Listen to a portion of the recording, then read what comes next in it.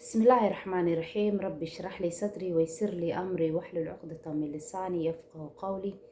صلى الله على سيدنا محمد وعلى آل سيدنا محمد كما صليت على إبراهيم وعلى آل إبراهيم إنك حميد مجيد. السلام عليكم ورحمة الله وبركاته. صدوا جلكين قاعم فران إيه قلب صافية وإذن صدوا بينا سومالي وين إذن السلام عليكم ملبجوكتا مالي ونكس. maanta mawduuceen wuxuu ku saabsan yahay in arrimaha aysan isaga kaa khaldamin. haddii qof dhib uu ku dhaco inaad caawisid waajib ku saaran waaye bini aadan ahaan, in aadan ciyaarin door xukmin. waxaan aragnaa bulshadii qayb ka mid ah amaba qaar ka mid ah in ay dhibsanayaan markii dadka dhib ku dhaco in la caawiyo, in ay dhibsanayaan dadka qaar ay leeyihiin maxaa loo caawinayaa qofkaa noocaas waay, wuxuu ku jiraa fisqiga ku jiraa, wuxuu ku jiraa wax maxay ahayd qof haddii gabar ay tahay ay leeyihiin gabadhani waa gabar qaaban maxaa loo caawinayaa. diinteena anaga haddii aad diin taqaan horta qof walba oo diidaa in la caawiyo qof dhiban oo ku xukminayo wuxuu yahay banaanka, horta qof walba adiga ma ogid asaga iyo ilaahay wixii u dhexeeya ma ogid. tan kaleente diinteena diin naxariis waay, inaad caawisid bani aadanka xataa haddaanu kugu diin ahayn waajib ku saaran waa ka bani aadan. diinteena diin naxariis oo raxmad waa, qof dhiban haddii aad aragtid inaad caawisid, xataa xaywaan inaad caawisid. bani aadanka ilaahay subxaana watacaala maadaama uu karaameeyey waxaa waajib ah inaad caawisid haddii aad awoodid. qof walba oo damiir lehna haddii uu ka seexdo qof uu wax u qaban karay maalin hubaal qofkaaseet inuu hurdeen oo damiirkiisa uu ciqaabayo oo habeen walba uu leeyahay maxaad uga tagtay qofkaas asagoo kuu baahan oo uu ka shalaaynayo. laakiin dad waxaa jira diidaya oo dhahaya maxaa loo caawinaya qofkaaseeti. arrimaha in laysku khaldamo qurux badan. qofka aad caawinaysid waa mudan yahay, qof walba oo bini aadana in la caawiyo waa mudan yahay xaalad kasta uu ku sugan yahay. waayo caasi hadduu yahay ilaahay subxaana watacaala waa soo hanuunin karaa. laga yaabe haddii aad maanta ku wiirsatid beri inuu kaaga dhow yahay ilaahay naxariistiisa oo adiga waxa aad ku caynaysid inaad adiga ay kugu soo wareegaan oo maxayd asagii qofkii uu noqdo qof hagaagsan oo ilaahay jecel yahay uu noqdo. laga yaabe caasinimadiisa ha ku diimin, hana maxay ahayd hana ku wiirsanin. alxamdulilah haddii aad aragtid qof haleysan amba haddaad aragtid qof maxay ahayd caasi ah oo ilaahay ka fog haddaad aragtid dheh alxamdulilah ilaahay oo soo hanuuni, ilaahay u mahad celi, ilaahay adiga waxaasayd kaa badbaadiyey, ilaahay mahad iskale sooma. haddaanu ilaahay adiga maxay ahayd ku marsiinin jidka aad adiga tahay hadda aad maraysid ma mari lahayn. marka ilaahay ugu mahad celi markaad aragtid, hana ku wiirsan qof dhiban haddaad aragtid. wax aad u qurux badan maahan qofka in lagu wiirsado. dadka diidaya in dadka la caawiyo oo dhiban ayagoo mamarsii u raadinayo wax aan mamarsii ahayn. qofka xoraa tahay inaad caawisid inaadan caawinad inaad dadkii aad ku sii iftiimisid ma qurux badnaa tiraahid maxaa loo caawinayaa qof noocaas waay. maya, qof walba in la caawiyo diinteena ogol. qof walba oo bini aadan in la caawiyo naxariista ayay ka mid tahay. maadaama aad tahay qof muslim oo in naxariistaada ay badan tahay ood kaga duwanaanaa ummadaha kaleente naxariista oo inaan kaga duwanaanaa. marka qof walba oo caawimaad u baahan haddii kii xunba laga tagay ka war maxaa dhacay, kii xunba aan sii dayno maxaa dhacay. wax qurux badan maaha. marka qofka hagaagsan iyo kan haleysan labadaba way noo baahan yihiin, labadaba way noo baahan yihiin. kan haleysan inaan soo ceshano oo maxay ahayd intii awoodeen aan tusino jidkii toosan. kii hagaagsanayna waxaa waaye maasha allah tabaaraka allah waa hagaagsan yahay isagana waa soo dhaweysanaynaa. labadaba inaan isku heysano waa dadkeena maha kii xunba inaan ka tagno. haddii kii xunba lasii fogeeyo oo qofkii waxaa waaye mararka qaar haddii kan xun adiga aad u dhawaatid waxaa laga yaabaa in xumaantii uu kasoo noqdo oo soo laabto oo adiga aad sababtiisi aad noqotid inuu xumaantii kasoo laabto. laakiin haddaad sii fogeysto waxaa waaye dhibaato waay.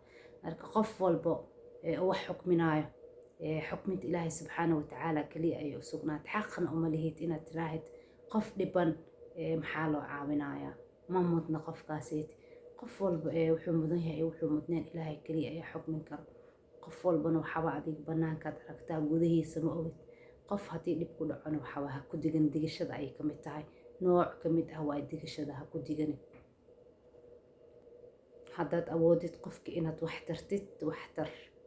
haddaadan awoodin waxaa afkaaga in laga nabadgalo ayaa qurux badan.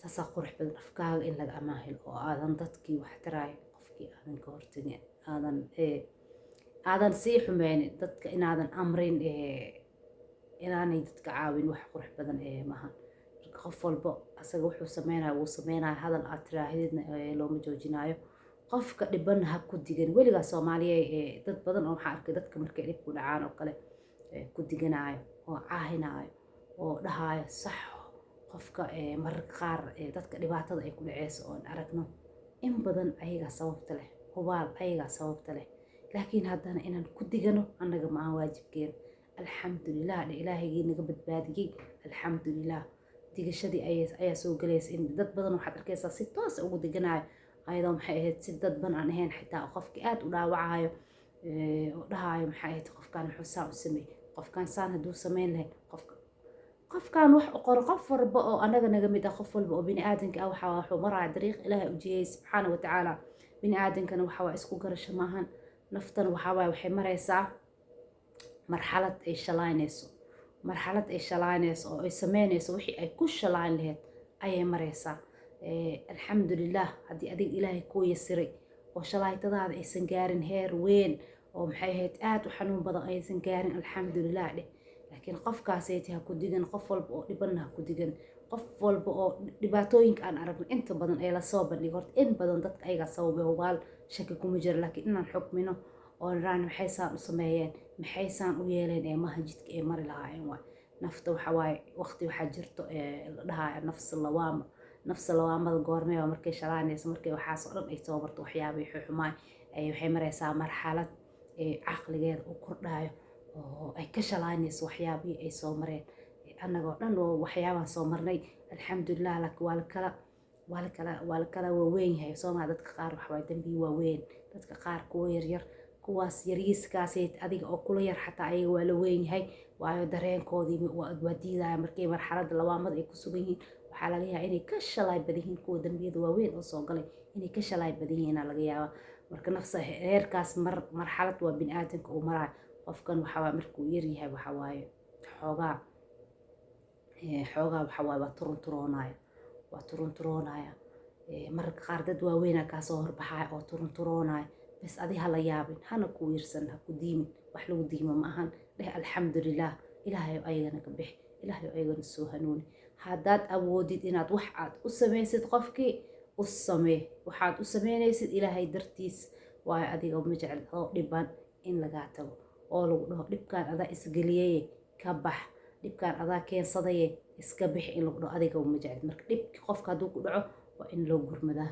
oo la bixiyaa oo la caawiyaa okay ayadoo la caawinayo ka waran haddaad adiga dadkii aad tiraahid maxaa loo caawinayaa qofkaaneeti ma qurux badnaanayso wax qurux badan mahan nafleeyanahay annagoo dhan bini aadankana waa kii khaldamo qaladaadka sax way kala waaweyn yihiin mararka qaar niyadaada inay kugu soo dhacdaa laga yaaba see anoo bini aadan caqligayga see waxaan u samayn karaa nooc waxawaa ibtilada ka mid ah waa alxamdulilah dhe markaad aragtid kuwa ibtileysan nooc waxawaa ibtilada ka mid ah dheh alxamdulilah ilaahay gacmaha kor ugu taag dheh alxamdulilah ilaahayo adaa iga badbaadiyey oo ibtiladaaneeti aadan isoo gaarsiinin ayagana ka badbaadi ilaahayo adaa mahadleh oo i asturay ayagana astur haddaad awoodid caawi haddaadan awoodinna waxawaaye ka aamus haddaad ka aamusta xataa wax barobaleen male oo qofkii aadan ku yarsanin wax barobaleen malahan ka aamus qofkii waxawaa afkaaga waa laga nabadgalay dhibaatadaadii dadkii ma gaarsiinin oo ma ugu darin dabkii adiga waxawaaye masii hurinin marka waxaan jeclaystay maanta in dadka waxyaaba isku khalkhaldaayo inaad ka hadlo aysan isku khalkhaldin